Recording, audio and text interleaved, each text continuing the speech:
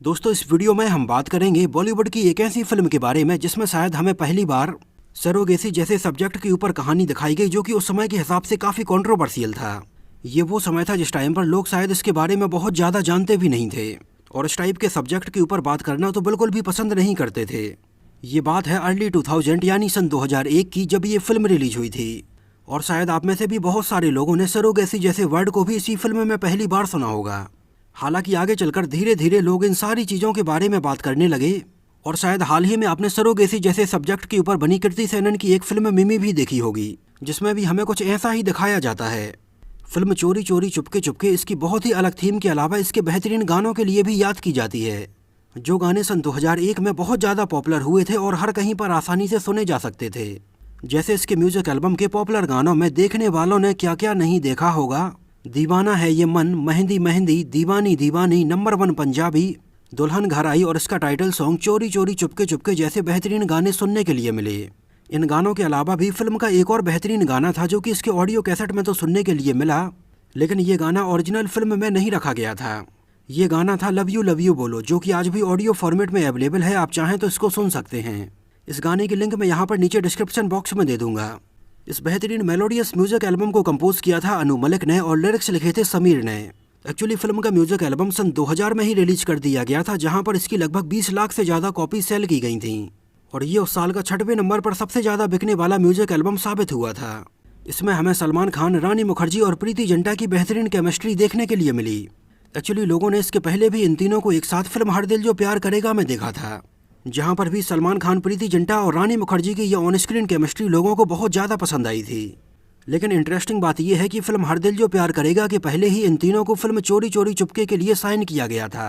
ये वो समय था जिस टाइम पर डायरेक्टर अब्बास मस्तान अपनी आने वाली फिल्म अजनबी के लिए भी शूटिंग कर रहे थे और उस टाइम तक उनकी फिल्म अजनबी लगभग ऑलमोस्ट बनकर कंप्लीट ही हो चुकी थी, लेकिन रिलीज नहीं हुई थी। और इसी बीच डायरेक्टर अब्बास मस्तान ने सलमान खान के साथ फिल्म चोरी चोरी चुपके चुपके में काम करना शुरू कर दिया था और ये अब्बास मस्तान की सलमान खान के साथ में आई अभी तक की पहली और आखिरी फिल्म है।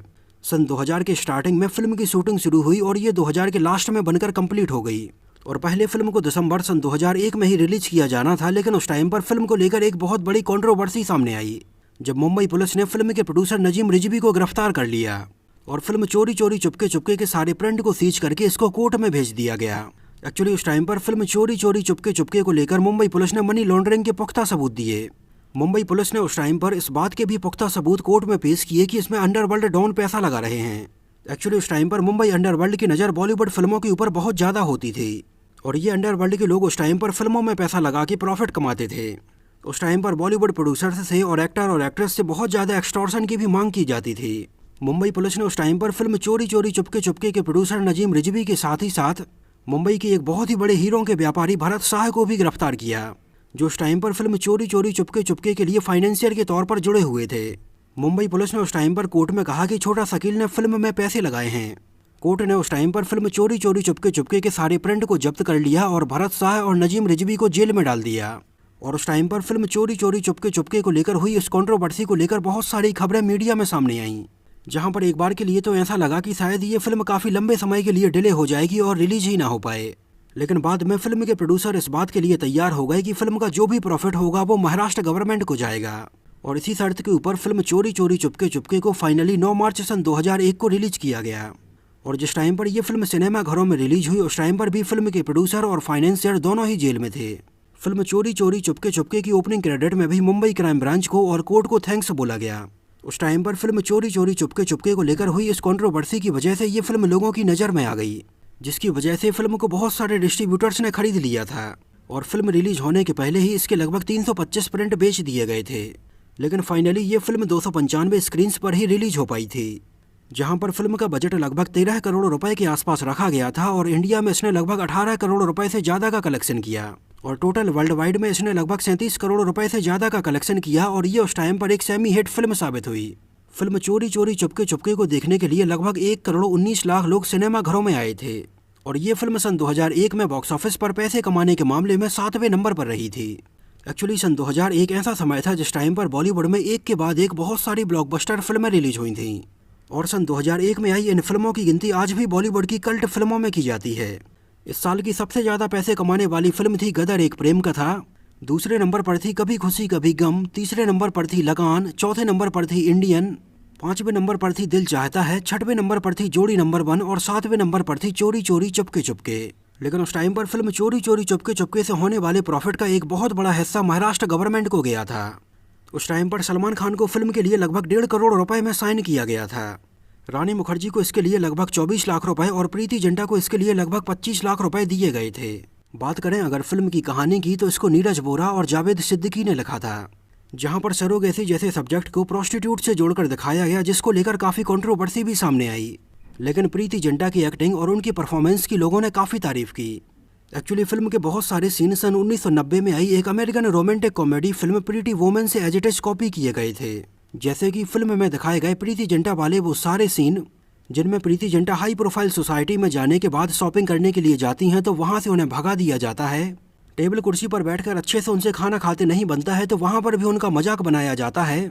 और ऐसे प्रीति जिंटा के मजाक बनाने वाले ये बहुत सारे सीन और उनके एज इट इज डायलॉग भी फिल्म प्रीटी वुमेन से कॉपी किए गए थे। लेकिन फिल्म चोरी चोरी चुपके चुपके में इसकी पूरी कहानी कॉपी नहीं की गई थी, इसका बस ये बेसिक प्लॉट बस कॉपी किया गया था।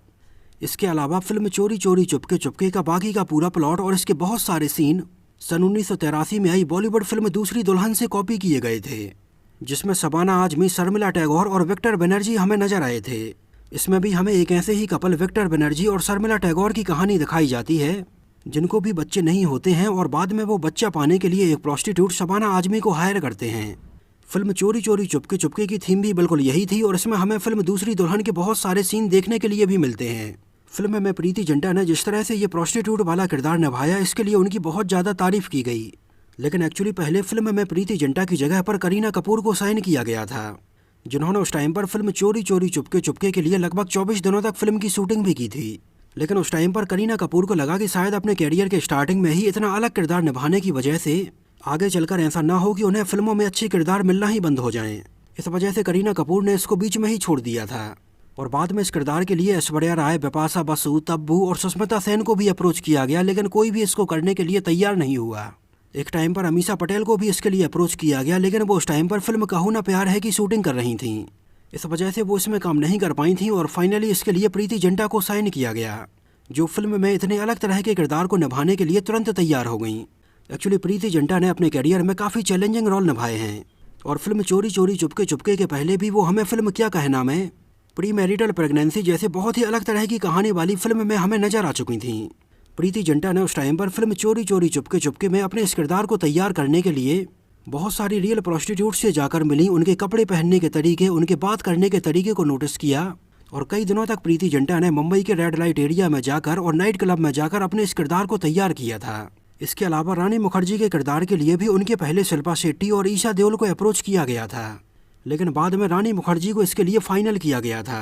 इसके अलावा फिल्म के एक छोटे से सीन में हमें रानी मुखर्जी के रियल भाई भी नजर आते हैं। फिल्म का ये सीन था जब सलमान खान, रानी मुखर्जी और प्रीति जिंटा स्विट्जरलैंड जाते हैं, तो वहाँ पर एयरपोर्ट पर इन तीनों को रिसीव करने के लिए जो आते हैं वो रानी मुखर्जी के रियल लाइफ भाई हैं, जिनका नाम राजा है और उनको सन 2012 में हरासमेंट के चार्ज में गिरफ्तार किया गया था, जब उन्होंने सन 2012 में एक टेलीविजन एक्ट्रेस के साथ थोड़ी बदसलूकी की थी। इसके अलावा पहले फिल्म के एक बहुत ही पॉपुलर मेहंदी वाले गाने में जूही चावला को अप्रोच किया गया था, लेकिन उस टाइम पर जूही चावला ने इसमें काम करने से मना कर दिया था और बाद में उनकी जगह पर दीप्ति भटनागर को साइन किया गया था, जो इस पूरे गाने में हमें नजर आती हैं। एक्चुअली पहले सन 1997 में चोरी चोरी चुपके चुपके के नाम से ही सुभाष घई एक फिल्म को प्रोड्यूस करने वाले थे, जिसको पहले फिल्म फूल और कांटे के डायरेक्टर कुकू कोहली डायरेक्ट करने वाले थे।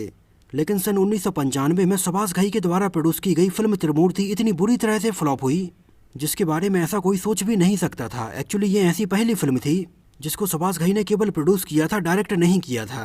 लेकिन उस टाइम पर फिल्म त्रिमूर्ति के फ्लॉप होने से लगे इतने बड़े झटके के बाद उन्होंने चोरी चोरी चुपके चुपके नाम के टाइटल की ये फिल्म को बनाने का आइडिया बीच में ही छोड़ दिया, जिसमें हमें अनिल कपूर, मनीषा कोइराला और अक्षय खन्ना जैसे एक्टर्स नजर आने वाले थे। हालांकि बाद में आगे चलकर सुभाष घई ने खुद अनिल कपूर और अक्षय खन्ना के साथ फिल्म ताल बनाई थी। बात करें अगर फिल्म चोरी चोरी चुपके चुपके की शूटिंग लोकेशन की, तो इसके बहुत सारे सीन मुंबई में, इसके अलावा बहुत सारे सीन महाबलेश्वर के आसपास की लोकेशन पर और स्विट्जरलैंड में फिल्माए गए। फिल्म के कुछ सीन में हमें नई दिल्ली के सीन भी दिखाए जाते हैं, जैसे कि ये कुतुब मीनार वाला सीन और फिल्म के सबसे लास्ट में ये हजरत निजामुद्दीन रेलवे स्टेशन वाला सीन। जिस टाइम पर फिल्म चोरी चोरी चुपके चुपके रिलीज हुई थी उस टाइम पर मुंबई क्राइम ब्रांच बॉलीवुड के बहुत सारे सेलिब्रिटीज से पूछताछ कर रही थी कि आखिर अंडरवर्ल्ड से उन्हें कहीं फ़ोन तो नहीं आया है, या उनसे किसी तरह की एक्सटॉर्शन की मांग तो नहीं की गई है, या फिर उन्हें धमकाया तो नहीं जा रहा है। हालांकि उस टाइम पर मुंबई अंडरवर्ल्ड की तरफ से ज़्यादातर बॉलीवुड सेलिब्रिटीज़ को ऐसी धमकी भरे फ़ोन किए जाते थे। उनसे पैसे की डिमांड की जाती थी और उन्हें धमकाया जाता था कि अगर वो ऐसा नहीं करेंगे तो उनके साथ कुछ बुरा हो जाएगा। इस मामले में उस टाइम पर पहले तो बॉलीवुड के बहुत सारे सेलिब्रिटीज़ बयान देने के लिए तैयार हो गए, लेकिन बाद में सारे लोग एक एक करके इससे पीछे हट गए। लेकिन प्रीति जिंटा ने सामने आकर इस बारे में कोर्ट में अपना बयान दिया कि मुंबई अंडरवर्ल्ड की तरफ से उन्हें इस तरह से धमकी वाले फ़ोन अक्सर आते रहते हैं। आपको याद होगा कि ये वही समय था जिस टाइम पर फिल्म कहो ना प्यार है के रिलीज के बाद ऋतिक रोशन के पिता राकेश रोशन से भी पैसे की डिमांड की गई थी, लेकिन उन्होंने ये पैसा देने से मना कर दिया था। इस वजह से अंडरवर्ल्ड के लोगों ने उस टाइम पर उनके ऊपर गोली भी चलाई थी और उन्हें काफ़ी चोट भी आई थी। मतलब अंडरवर्ल्ड पूरी तरह से उस टाइम पर बॉलीवुड पर हावी हो चुका था। लेकिन सारे लोगों के अपने बयान से पलट जाने के बाद भी प्रीति जिंटा ने सामने आकर इसके बारे में अपनी गवाही दी। उस टाइम पर सलमान खान ऐश्वर्या राय के साथ अपने रिलेशन को लेकर भी बहुत ज़्यादा सुर्खियों में थे। लेकिन उसी टाइम पर back to back Preity Zinta के साथ फिल्म चोरी चोरी चुपके चुपके और हर दिल जो प्यार करेगा में एक साथ काम करने के बाद ये दोनों एक दूसरे के बहुत अच्छे दोस्त बन गए थे और काफ़ी करीब आ गए थे। हालांकि ये बात उस टाइम पर सन 2001 में तो मीडिया में ज़्यादा सामने नहीं आई, लेकिन ये बात सामने आई सन 2006 में, जिस टाइम पर सलमान खान एक बार फिर से प्रीति जिंटा के साथ फिल्म जाने मन में काम कर रहे थे। इस टाइम पर सलमान खान की एक कॉल रिकॉर्डिंग लीक हुई जिसमें वो ऐसे बात करते हुए नजर आ रहे थे कि प्रीति जिंटा के साथ फिल्म चोरी चोरी चुपके चुपके की शूटिंग के दौरान उनके काफ़ी क्लोज रिलेशन हो गए थे।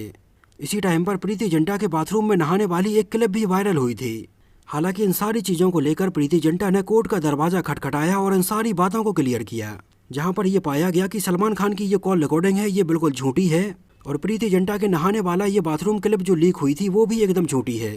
प्रीति जिंटा को फिल्म चोरी चोरी चुपके चुपके में निभाए गए इस किरदार के लिए बेस्ट सपोर्टिंग एक्ट्रेस के फिल्म फेयर अवार्ड के लिए नॉमिनेट किया गया था, लेकिन उस टाइम पर वो ये अवार्ड जीत नहीं पाई थी। उस टाइम पर ये अवार्ड दिया गया था फिल्म कभी खुशी कभी गम के लिए जया बच्चन को। तो दोस्तों ये तो बात हुई फिल्म चोरी चोरी चुपके चुपके से जुड़ी बहुत सारी ऐसी बातों के बारे में जो शायद आप नहीं जानते होंगे। तो अगर ये वीडियो आपको पसंद आया हो, मेरी मेहनत आपको पसंद आई हो, तो इसको प्लीज़ लाइक करके मुझे इस बात का जवाब जरूर दीजिए। और आपका फिल्म चोरी चोरी चुपके चुपके के बारे में क्या कहना है हमें कमेंट में जरूर बताइए। तो मिलते हैं किसी नए वीडियो में किसी नई मूवी से जुड़े बहुत सारे अननोन फैक्ट्स और ऐसी ही रोचक बातों के साथ।